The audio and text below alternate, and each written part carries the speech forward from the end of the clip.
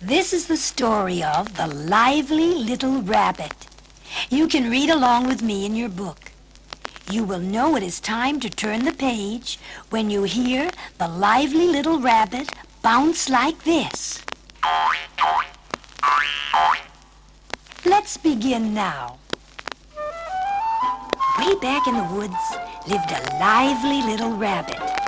All day long he nibbled leaves and roots and played with his brothers and sisters. Most of the day they would slide down a big hill. And the lively little rabbit was always in front, the first one to reach the bottom.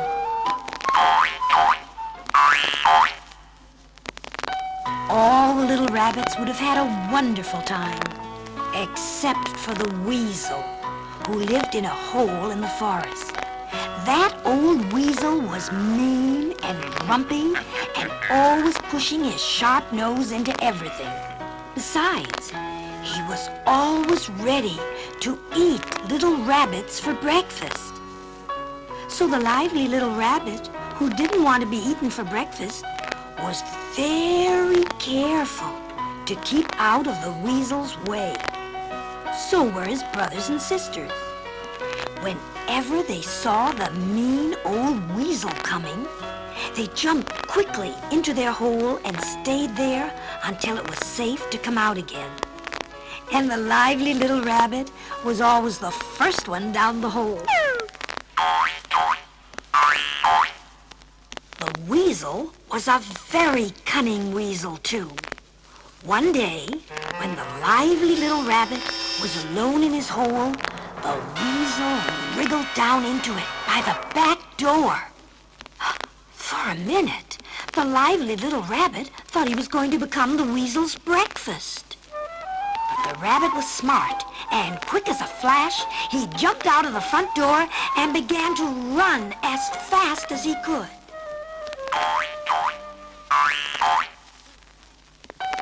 He ran and ran until he came to the end of the forest. There were big hills and roads going up and down, and a little village. The lively little rabbit was far away from the weasel now, but he was also far away from his dinner. Oh my, I am so hungry. I could eat 200 million big carrots right now. A red squirrel who lived with his family in a nearby tree heard this remark. In one glide and 2 jumps and 3 hops, he reached a garden and came back with a bunch of delicious carrots. Here, my hungry friend, have some of these. Oh, thank you, Red Squirrel. I love carrots. You're a good friend, all right. After the rabbit had eaten all his carrots, he decided to spend the night with his new friend. At first, he thought it was a funny idea to sleep way up in a tree, but the red squirrel pushed and shoved him until they were both settled, snug and peaceful, high up in the tree under the stars.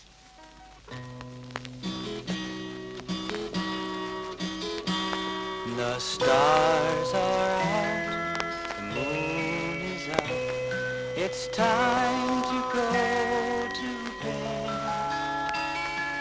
I'm so glad you have a place to lay your little head. Have a deep and peaceful sleep, dream away the hours. When you wake, the sun will come to smile upon the flowers. Go to sleep, my little friend, beneath the evening star. You will always have a friend, no matter where you are.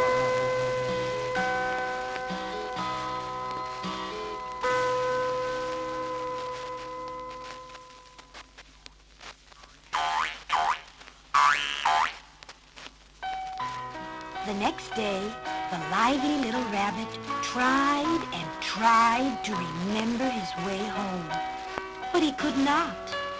So the red squirrel brought him to the wise old owl.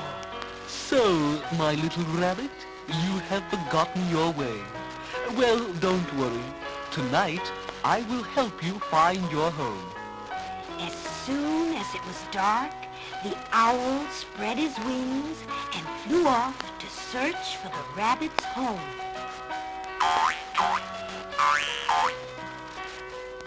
By morning, the owl came flying back.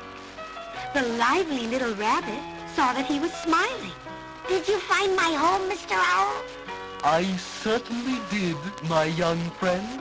Follow me and you'll be home in no time.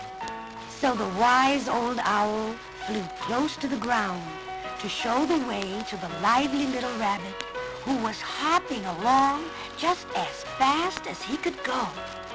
The red squirrel was hopping along too. He had come for a visit.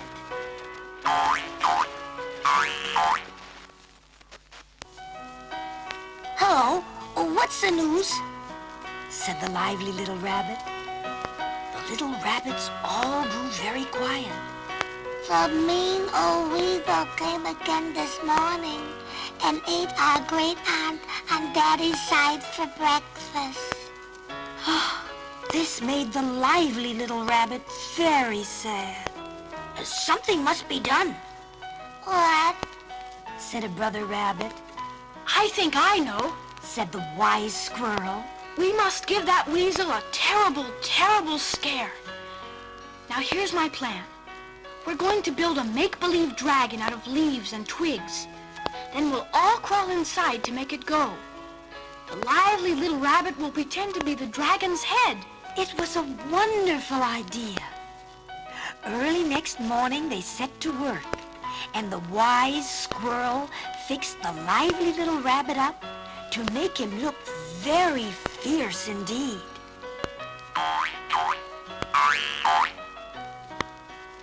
Soon the dragon was ready.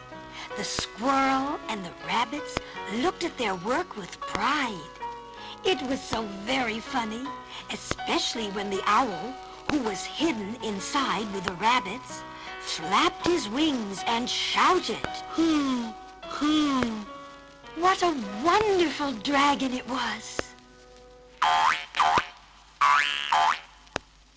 Meanwhile, the mean old weasel was waking up for the day. He stretched, and he yawned, and he growled, and he said to himself, Now, what about breakfast? But just as the mean old weasel came to the top of the hill, up popped the make-believe dragon. It flapped its wings and wiggled its tail and shouted in a very loud voice, "Hee, hee." The weasel was terribly frightened. He was so scared that for a minute he couldn't move at all. Then he finally turned around and ran.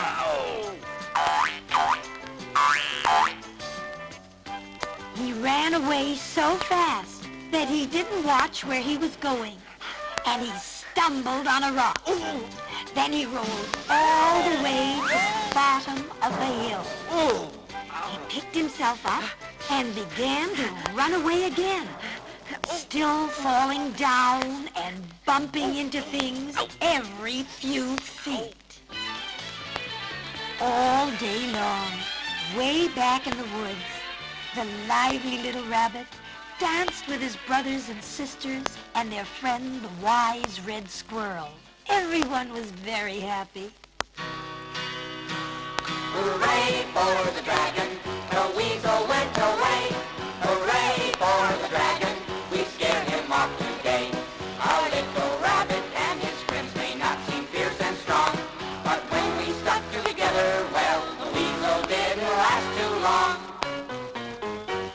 Hooray for the dragon, the weasel went away. Hooray for the dragon, we scared him off today.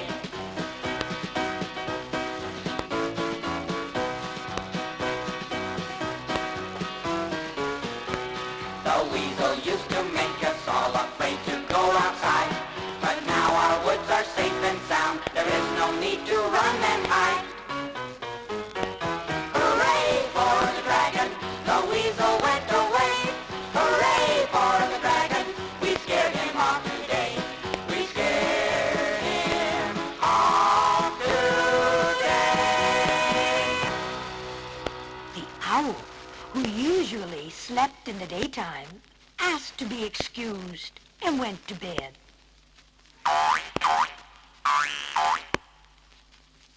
The very next day, the mean old weasel was full of bumps and bruises. Oh, me. I didn't know the rabbits had a dragon for a friend. I'm going to move far away from the woods, and I hope I never see another rabbit. When the lively little rabbit heard that, he laughed and bounced all up and down the hill.